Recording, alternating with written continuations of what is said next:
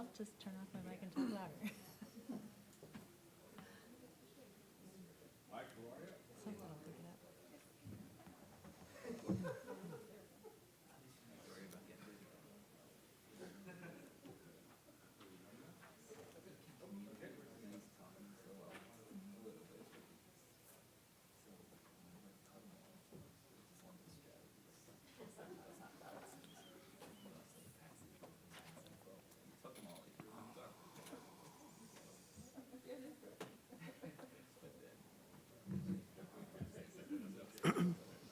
Is Doug going to preface or something like that?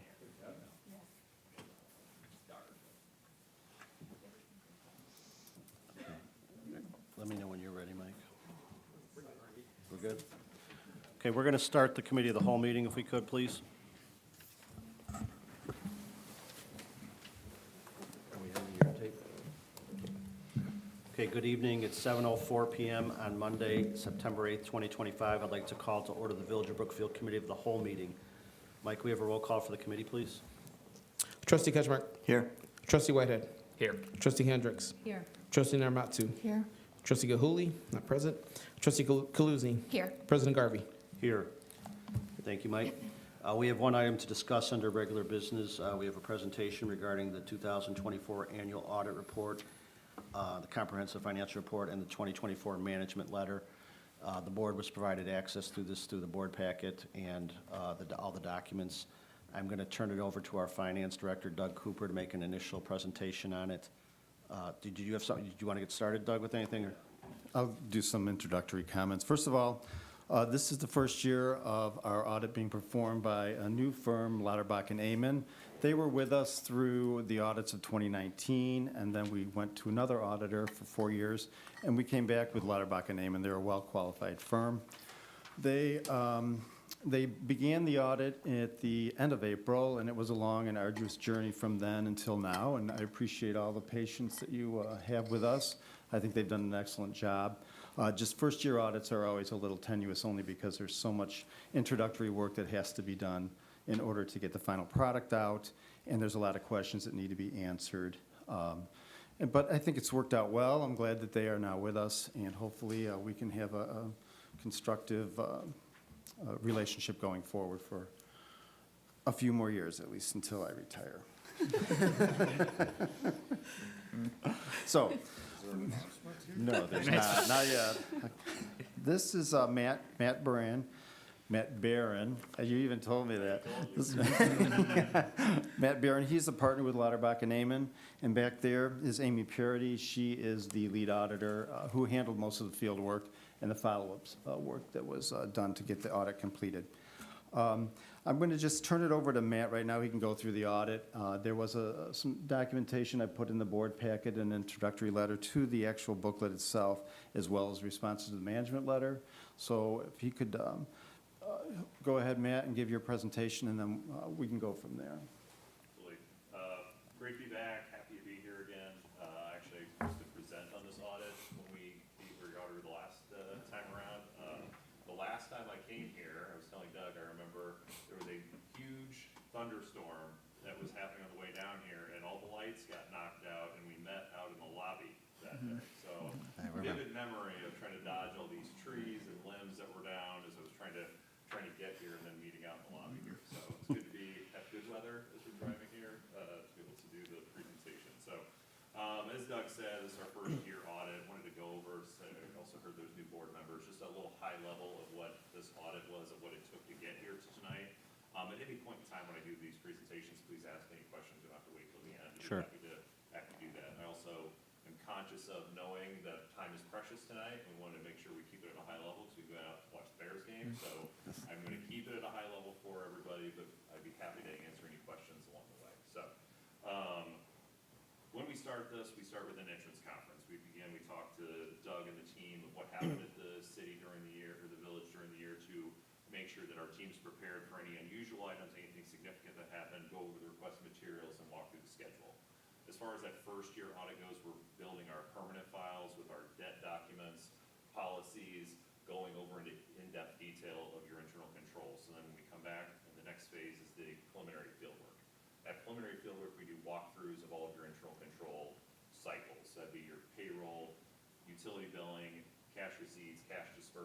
financial reporting.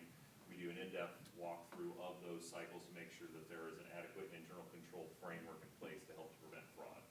After that, we come back, we do field work where we test the trial balances that are provided to us back to source documents and the testing that we do to make sure that the financials, the numbers that were provided are, in auditor terms, materially correct, or in what we say, like what the numbers are when they say they are. We then go to report writing phase, drop the numbers in, get this audit report in compliance with all government accounting standards, add the extras in here so we can apply for the certificate of achievement, and then we're here. So as Doug said, in this first year, it's a little extra for us, which takes a lot more work on their side, preparing additional documents, answering more questions. I want to commend them for all their hard work, everything they did to help us to come together to tonight. So there's two main documents that came out of this that we're going to go over in my presentation. We have the audit report and the management letter. I'll start with the audit report. I'll hit the highlights of that before I walk into the management letter. So as far as the audit report goes, we gave the village an unmodified opinion again this year. It's the highest opinion that we provide. What that means is basically those two main parts, that the village has an adequate internal control framework in place, the numbers within this audit report are materially correct, and the audit report is in compliance with government accounting standards. In addition to that, we are going to be submitting this report to the GFOA for the Certificate of Achievement. The village received that award last year. It's the highest award in financial reporting that can be received. An outside firm reviews the work to make sure it's in compliance with those government accounting standards. We're going to be submitting this year's audit report for that and see no reason they won't be received again. As far as the financials and what's in here, the numbers and the amounts, Doug did a pretty in-depth highlights for you in the memo. I went through and reviewed those. I agree with all of his points in there as far as what it was that he covered, so I didn't think I would need to add any additional color to that unless anybody wanted me to go into more detail from what Doug provided. If any board member, just feel free to jump in at any point while he's up here. I mean, if there's no questions, we just move on, but I'm not going to wait till the end for questions, so. So hearing none, I'll just go ahead and head on into the management letter. So I guess with those financials, as Doug said in the highlights, it was a positive year as far as the financial health of the village. By the end of the year, things ended positive. We had a lot of activities, much of the capital projects that occurred this year that was planned within your budget to draw down some of the fund balance, but we stayed in a good financial health by the end of the year.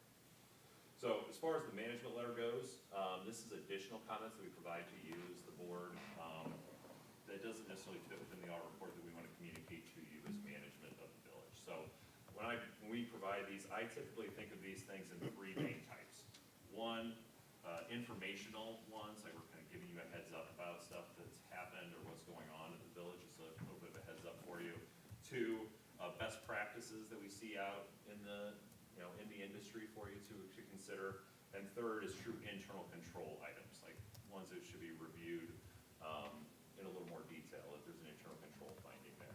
And we also provide an update on any GASB pronouncements, some more accounting pronouncements that are coming up in the future. So we had 5 management letter comments this year, of which 3 I would consider informational, 1 being a best practice and 1 being more closer to an internal control finding. So I'll walk through each of those with you so you hear a little bit of color on each of them. As far as the informational ones, go through these. The first one is funds over budget. We need to provide this to you as a comment to say, because you had a budget and there were 5 funds that ended up going over that budget during expenses.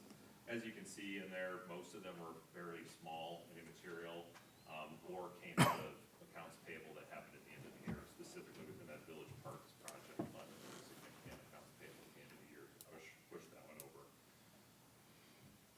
Deficit fund balance, again, there were 3 in this area that ended up having a deficit fund balance. Again, us as auditors are required to put this within the audit report, and we need to put it within the management letter to make sure that you're aware that there are these 3 funds that considering for what's happening in future years to help bring that out of the negative fund balance out to positive.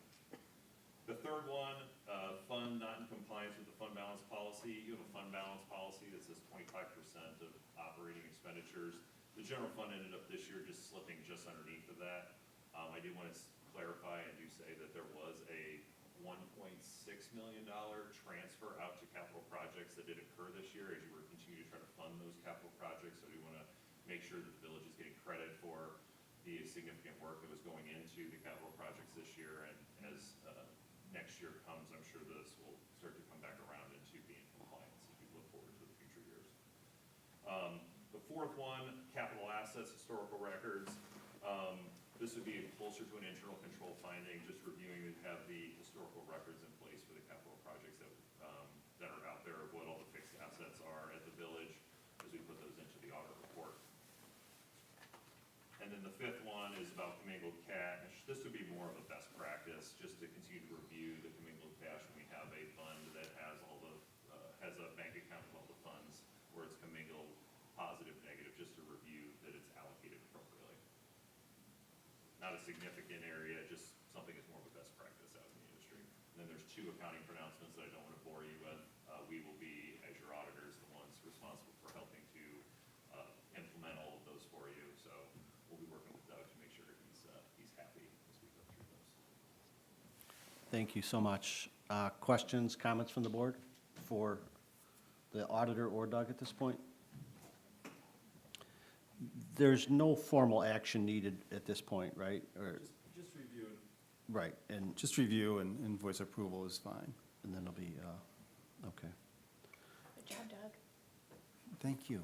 Can I ask a quick question? So in terms of the corrective action plan, what's the relationship like now between the finance department and you all for the next year or until April? We are your auditors for the next 5 years or 4 years. I think a 4 year. Okay.